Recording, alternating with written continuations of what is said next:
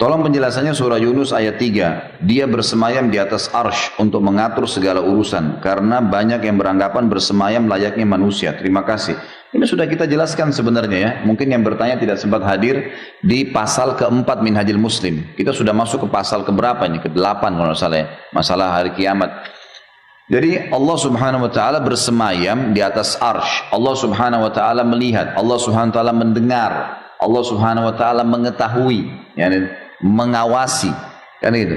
Allah marah, Allah cinta, Allah ridha.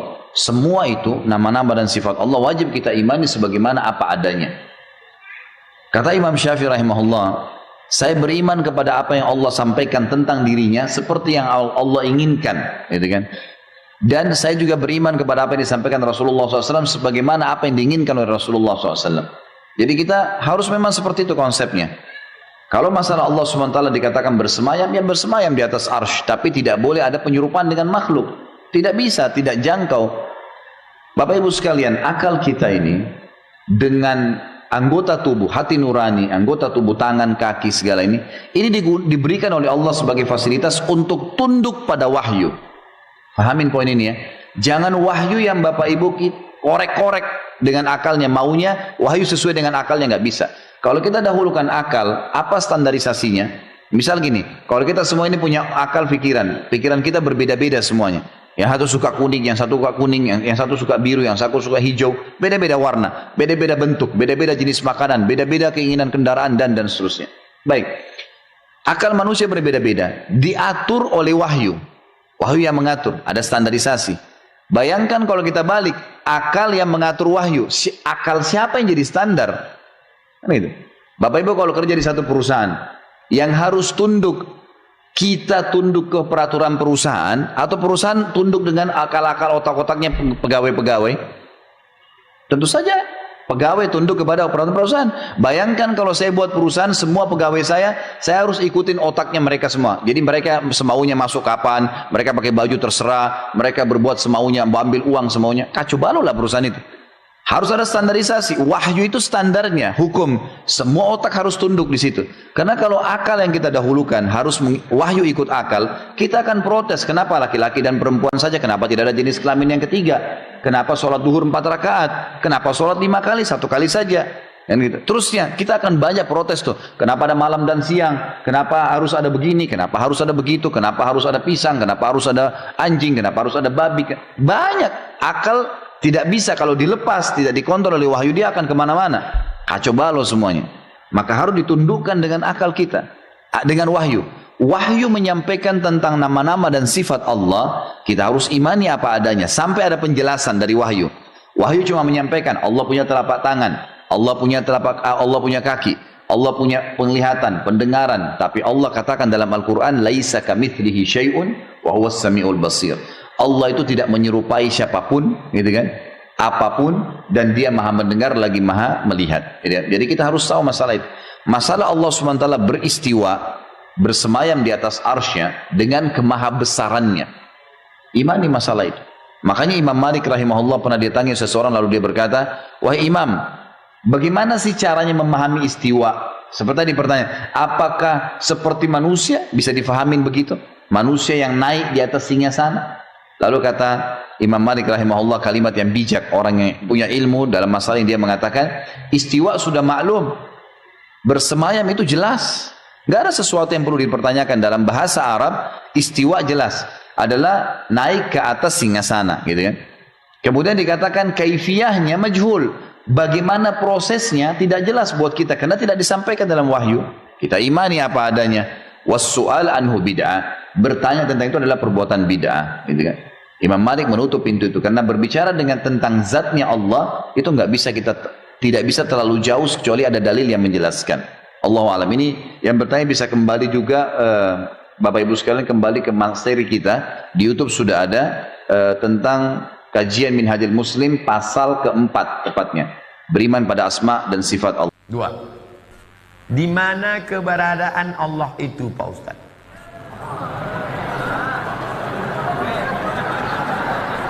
Setengah mengatakan di atas, setengah mengatakan di bumi. Menurut saya, Pak Ustaz, Allah itu di bumi. Kenapa Allah itu di bumi? Ini ayatnya. Wa huwa ma'akum aynama kuntum. Dia bersama kamu di mana kamu berada. Saya sedang di Rokan Hulu, berarti Allah sama saya di sini. Kata yang satu lagi, Allah di langit. Mana ayatnya? Nih. Ar-Rahmanu 'alal arsy istawa. Allah duduk di atas kursi. Aras di atas. Oleh sebab itu dalam akidah Ahlus Sunnah wal Jamaah, apa kata Sayyidina Ali? Allazi ayyanal aina la yuqalu annahu aina. Dia yang sudah ada sebelum waktu dan tempat ada, maka tak layak ditanya dia berada di mana. Dia sudah ada sebelum tempat itu ada. Dia sudah ada sebelum waktu itu ada. Yang layak ditanya di mana Abdul Somad, karena Abdul Somad ada. Setelah itu barulah waktu ada, sudah ada sebelum Abdul Somad ada. Tapi dia yang sudah ada sebelum waktu dan tempat ada, maka tak layak ditanya kepada dia di mana. Allahu munazzahun anil jihatis sid, kata akidah Tahawiyah. Allah suci dari 6 arah. Sid 6. Dia tak di muka, dia tak di belakang, dia tak di kanan, dia tak di kiri, dia tak di atas, dia tak di bawah. Dia dekat, tak bersentuh, dia jauh, tak berantara. Maka dikaji dalam ilmu akidah. Islam tak lepas dari 3. Akidah, syariah, akhlak. Akidah, wujud, qidam, baqa, mukhalafatul hawadis, qiyamuhu binafsi, wahdaniyah, qudrat iradat. Kalau dia bisa ditunjuk di mana Allah? Allah di atas, maka batallah ayat 2. Walam yakul lahu kufuwan ahad. Dia tak setara dengan apapun. Kalau bisa dia ditunjuk Allah di atas, berarti sama dengan lampu di atas. Bapak Ibu yang dimuliakan Allah, oleh sebab itu Ahlus Sunnah wal Jamaah mengajarkan Allah maujud bila makan. Allah itu ada tanpa tempat. Karena kalau dia bertempat, maka dia bukan Allah. Allah duduk di atas kursi. Kalau Allah duduk di atas kursi, berarti kursi itu lebih besar daripada dia. Oh tidak Pak Ustaz, kursinya kecil. Oh kalau begitu dia besar, kursinya kecil. Tak muatlah dia di kursi itu. Lalu apa makna ayat Allah duduk di atas kursi? Maknanya kuasa. Itu makna Ar-Rahman alal arsy istawa, kata akidah Asy'ariyah Abul Hasan Al-Asy'ari. Bapak Doktorandus Haji Ahmad MSI duduk di atas kursi Bupati Rokan Hulu selama 2 periode. Apakah artinya Pak Ahmad duduk aja di kursi? Tidak. Apa makna ungkapan itu? Bapak Doktorandus Haji Ahmad MSI duduk di atas kursi Bupati Rokan Hulu selama 2 periode. Artinya duduk di atas kursi itu artinya isti'la, berkuasa. Itu maknanya. Jangan dikatakan Allah duduk di atas kursi. Kalau Allah duduk di atas kursi, maka menyamakan Allah dengan makhluk. Orang yang menyamakan dengan Allah dengan makhluk namanya mujassimah. Nanti pembahasannya, pemikirannya sama. Apa di antara kesamaannya? Jangan samakan sifat Allah dengan sifat makhluk. Tanzihu sifatillahi subhanahu wa ta'ala al-khaliq min sifatil makhluk. Menyucikan sifat Allah dari sifat makhluk. Ada yang mengatakan sudah istiwa itu artinya bertempat. Allah punya tempat, tempatnya di arasy. Yang punya tempat itu makhluk. Allah tidak dibatasi dengan tempat. Kalau Allah punya batas tempat, artinya Allah sama sifatnya dengan makhluk. Ya, artinya mujassam. Mujassam itu menempat. Kalau sudah punya tempat, berarti menempat. Menempat sama dengan makhluk. Gak boleh. Kalau Allah kemudian butuh tempat, berarti punya kebutuhan. Sedangkan Allah maha luas. Laisa kamitslihi syai'. Allah menempat, berarti butuh tempat. Ketika Allah tidak ada di tempat itu, di mana Allah? Jelas ya? Nah itu ada masalah dalam akidah. Makanya kalau antum ingin memahami ini, kalau ingin tetap memaksakan tempat, ditakwilkan. Takwilkan. Jangan dipahami demikian, tapi dipahami dengan nilai yang terkait dengannya. Apa diantaranya? Istawa, bimakna istaula. Menguasai. Mengatur. Aras jangan diartikan dengan bertempat di situ. Ada begitu tidak? Artikan dengan di arasnya itulah Allah mengatur. Menguasai. Menguasai aras, menguasai alam dan sebagainya. Ustaz, ayatnya jelas, ngapain main takwil-takwil? Ada beberapa ayat yang memang kita harus pahami dengan takwil.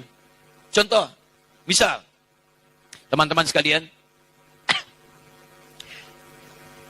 wala takunu kalladzina nasullaha fa'ansahum anfusahum. Jangan kalian menjadi seperti orang yang lupa dengan Allah, maka Allah pun lupa dengan mereka. Awas. Awas, hati-hati. Bahkan ayat yang tegas, fanasi Allah, maka Allah pun lupa dengan mereka. Saya mau tanya pada antum, apakah Allah punya sifat lupa? Allah punya sifat lupa enggak? Tidak. Waliyadzubillah. Oh, tapi Ustaz, biarkan kita mengartikan ayat itu. Lupa, biarin lupa aja. Sesuai dengan sifatnya Allah. Oh, bagaimana lupa sesuai dengan sifatnya Allah? Allah enggak punya sifat lupa. Makanya ketika antum ingin memahami sesuatu, mesti hati-hati. Kalau melihat pendapat ulama, langsung jangan diserang. Oh, ini Asy'ari. Asy'ari itu nggak boleh. Ini bid'ah, ini haram, ini dolalah. Sebentar, pelajari dulu kenapa beliau menyampaikan itu. Apa turunan tafsirnya? Apa pemahamannya? Makanya saya ketika disoal teman-teman tentang hadis nuzul. Allah turun ke langit dunia.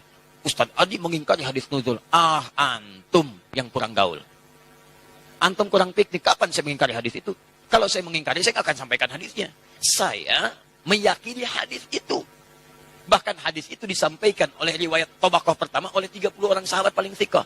Cuman pemahaman saya tidak seperti pemahaman antum dalam memahami hadis itu. Itu masalahnya. Ini kadang orang itu seenaknya saja. Ustaz Adi mengingkari ini. Bukan mengingkari, antum yang kurang paham. Saya meyakini hadis itu, cuman pemahaman saya beda dengan pemahaman antum. Di teman-teman ada yang menafsirkan Allah turun. Turunnya itu betul-betul turun ke langit dunia. Turun. Dibatasi dengan tempat. Penafsiran itu menurut saya tidak tepat. Kalau antum ingin artikan sesuai hadis, jangan dibahas bagaimana caranya. Sudah biarkan dengan hadisnya. Tapi ketika antum katakan turun ke langit itu, benar-benar turun, berarti Allah menempat. Itu mujassam. Nah, dalam nilai akidah, ada firqah disebut dengan mujassimah. Firqah itu menjadikan Allah berjisam kepada makhluk yang semalam saya bahas itu. Di antara turunannya aliran sesat, kata Syekh Hashim. Siapa aliran sesat ini? Yang meyakini Allah mujassam. Mujassam itu menyatu dengan benda, dengan tempat, bahkan dengan makhluk. Di antara yang paling fatal, Allah menyatu dengan jasad seseorang. Itulah yang manunggaling kaulah Gusti. Ya, menyatu dengan diri saya, merasa lebih dekat. Siapa kamu? Saya Allah. Allah sedang apa? Sedang makan. Itu bahaya. Musyrik itu. Termasuk maaf, Allah ada di tempat, Allah menetap. Paling sederhana saja begini. Maaf ya, Papua dengan Lampung bedanya 2 jam. Duluan Papua. Kalau antum artikan hadis akhir malam dengan Allah turun, misal Allah turun ke dunia. Di situ ada. Ketika Allah turun di Papua, mana orang Lampung? Ketika Allah turun di Lampung, berarti meninggalkan Papua. Sedangkan sifat Allah meliputi seluruh alam, tidak dibatasi dengan tempat. Makanya tanzihul khaliq bin sifatil makhluk. Antum kalau ingin bicara masalah ini mesti hati-hati. Kalau antum menyentuh sesuatu yang sensitif, bisa salah antum. Ketika salah menilai Allah, bisa kufur antum di situ. Bisa bahaya. Jika ada jawaban yang tadi saya sampaikan benar, ukurannya sesuai dengan Al-Quran dan Sunnah, silakan amalkan. Berdasar pernyataan para ulama. Tapi jika ada yang keliru, maka antum sampaikan, karena itu mutlak dari kelemahan saya. Begitu disampaikan dan saya cek saya salah, saya tidak akan malu untuk mengatakan maaf saya keliru. Ya, pendapat ini yang benar. Silahkan ambil pendapatnya, tinggalkan pendapat saya, lemparkan ke tembok. Jangan pernah dipakai lagi. Ya, ambil pendapat yang terbaik, dan disitulah kemudian kita amalkan sesuai dengan ketentuan Allah Subhanahu wa taala. Subhanakallahumma bihamdika asyhadu an la ilaha illa anta astaghfiruka wa atubu ilaik. Wa akhiru da'wana alhamdulillahi rabbil alamin. Assalamualaikum warahmatullahi wabarakatuh.